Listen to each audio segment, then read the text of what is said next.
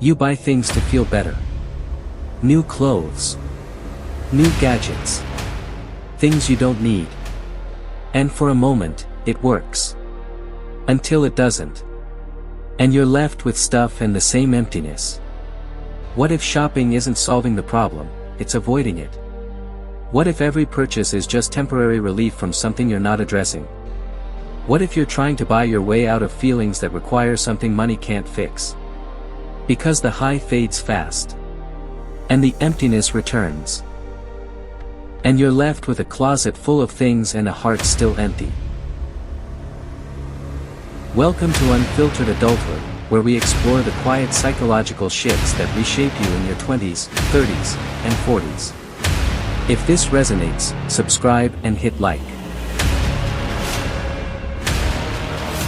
There's someone who had a bad day. Work was stressful. A conversation didn't go well. They felt small and frustrated and powerless. And without really thinking about it, they opened their phone. Started browsing. Scrolling through products. Adding things to cart. Imagining how good it would feel to get that package. To open something new. To have something to look forward to. And they bought it. Whatever it was. Clothes they didn't need. A gadget they'd never use. Something for the apartment that would sit in a corner. The purchase went through. And they felt better. Genuinely better. Like they'd done something. Like they'd fixed something. Like they'd taken control of a day that felt out of control. The dopamine hit was real. The anticipation. The transaction. The confirmation email. The tracking updates. Each notification a little boost. A little promise that something good was coming. That relief was on the way. And for those few days between purchase and delivery, they felt lighter. Like they had something to look forward to. The package arrived. They opened it. Felt the excitement. The newness. The possibility of this thing making their life better. Different. More complete. They tried it on or set it up or put it away. And it was fine. Nice, even. But within an hour, maybe less, the feeling was gone. The excitement faded. The newness wore off. And they were left with the thing. And the same feelings they'd had before buying it. And almost immediately, they were looking for the next thing. Scrolling again. Browsing again. Because the relief was so temporary that they needed another hit. Another purchase. Another package to anticipate. The cycle had started. And they didn't even realize it was a cycle. They started to notice the pattern. Bad day equals shopping. Feeling empty equals add to cart. Stress equals buy. It became automatic. A reflex. The emotional discomfort would arise and their hand would reach for their phone. Not to call someone. Not to journal. Not to sit with the feeling. But to shop. Because shopping felt like doing something. Like solving something. Even though nothing was being solved. Their closet filled up. Drawers overflowed. Surfaces collected things they'd bought and forgotten about. Each item a monument to a feeling they'd tried to fix with a transaction. And none of it worked. Not really. Not for longer than the moment of opening the package. The guilt started creeping in. The awareness that they were spending money they didn't really have on things they didn't really need. That the credit card balance was growing.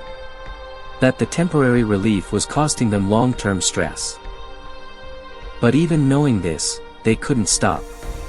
Because in the moment of discomfort, shopping was the easiest solution. The quickest fix. The path of least resistance. They tried to justify it. Everyone shops. Everyone treats themselves. It's not that bad. They deserved nice things. They worked hard. Why shouldn't they buy something that made them happy? But the justifications felt hollow. Because the things weren't making them happy. They were making them feel something for a few minutes and then leaving them with more stuff and the same unhappiness. They started to realize something uncomfortable. That they weren't shopping for things. They were shopping for feelings. For control. For excitement. For the brief moment when life felt manageable because they'd made a decision and executed it.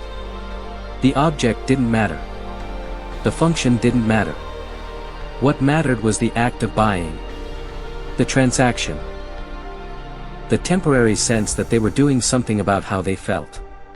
But buying wasn't doing something. It was avoiding doing something. It was choosing the immediate dopamine hit over the harder work of actually addressing what was making them feel bad. And every purchase was a small betrayal of themselves. A choice to numb instead of heal. To distract instead of confront. Because you can't buy your way to peace. And no amount of packages can fill an internal void. They tried to stop. Deleted shopping apps. Unsubscribed from marketing emails. Avoided websites. And it worked for a few days. Maybe a week. But then something would happen. A bad day. A disappointment. A moment of stress. And the urge would come back. Stronger than before. Because they hadn't addressed the actual problem. They'd just removed the symptom. The actual problem was that they didn't have healthy ways to process discomfort. That when they felt bad, they didn't know what to do with it except make it go away as fast as possible. And shopping was fast. Reliable. Always available. A guaranteed hit of something that felt like relief even though it wasn't. They started to see how the whole system was designed for this. How marketing targeted emotional needs, not practical ones. How ads promised transformation, not products. How every purchase was sold as the thing that would finally make you feel complete. Confident. Happy. Worthy. And how none of it ever delivered on that promise. The carousel kept spinning. Buy, feel good, feel guilty, feel bad, buy again. Over and over.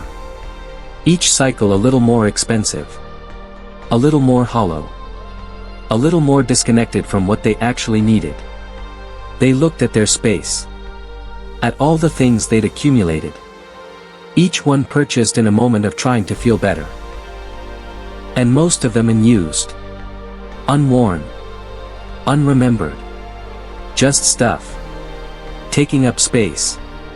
Collecting dust. A physical reminder of every time they tried to buy their way out of an emotion. And they started to grieve. Not for the things. But for all the money spent. All the moments when they could have actually dealt with what they were feeling but chose the easy escape instead. All the temporary highs that led to lasting lows. They started asking different questions. What was the feeling before the purchase? What was the need? And could that need be met in a way that didn't involve buying something? Sometimes the answer was simple. They were bored. Lonely. Tired. Stressed. And shopping was just the easiest distraction. And realizing that shopping was a symptom, not a solution, changed everything. They started experimenting. When the urge to shop came, they paused. Just for a moment. Asked what they were actually feeling. And instead of opening a shopping app, they did something else. Called a friend. Went for a walk. Sat with the discomfort. And it was hard. Really hard. Because the discomfort didn't go away immediately. But it also didn't get worse. It just was. And eventually, it passed. Without needing to be bought off. They learned that feelings aren't problems to be solved. They're information to be felt. And trying to buy your way out of them is like trying to silence an alarm without addressing the fire. The alarm keeps going off because the actual issue isn't resolved. The urge to shop didn't disappear. But it lost its power. Because they started seeing it for what it was. Not a genuine desire for an object, but a signal that something else needed attention. And that attention couldn't be purchased. They still bought things, but differently. With intention. With actual need. And the difference was obvious. Things purchased from genuine need or desire felt different than things purchased from emotional desperation. They were used, appreciated, integrated into life. Not shoved in a drawer and forgotten. You buy things to feel better. New clothes. New gadgets. Things you don't need. And for a moment, it works. Until it doesn't. And you're left with stuff and the same emptiness. Shopping isn't solving the problem. It's avoiding it. Every purchase is temporary relief from something you're not addressing. You're trying to buy your way out of feelings that require something money can't fix. The high fades fast. The emptiness returns. And you're left with a closet full of things and a heart still empty. Because retail therapy isn't therapy. It's emotional procrastination. A band-aid on a wound that needs actual healing. You're not materialistic. You're just looking for relief. In the wrong place. From the wrong source. And it's costing you more than money. It's costing you the opportunity to actually feel your feelings. To process your emotions. To address what's actually wrong instead of numbing it with transactions. The stuff piles up. But the peace doesn't come. Because you can't purchase peace. You can't shop your way to wholeness. The only way through discomfort is through it. Not around it. Not over it with a credit card. Through it.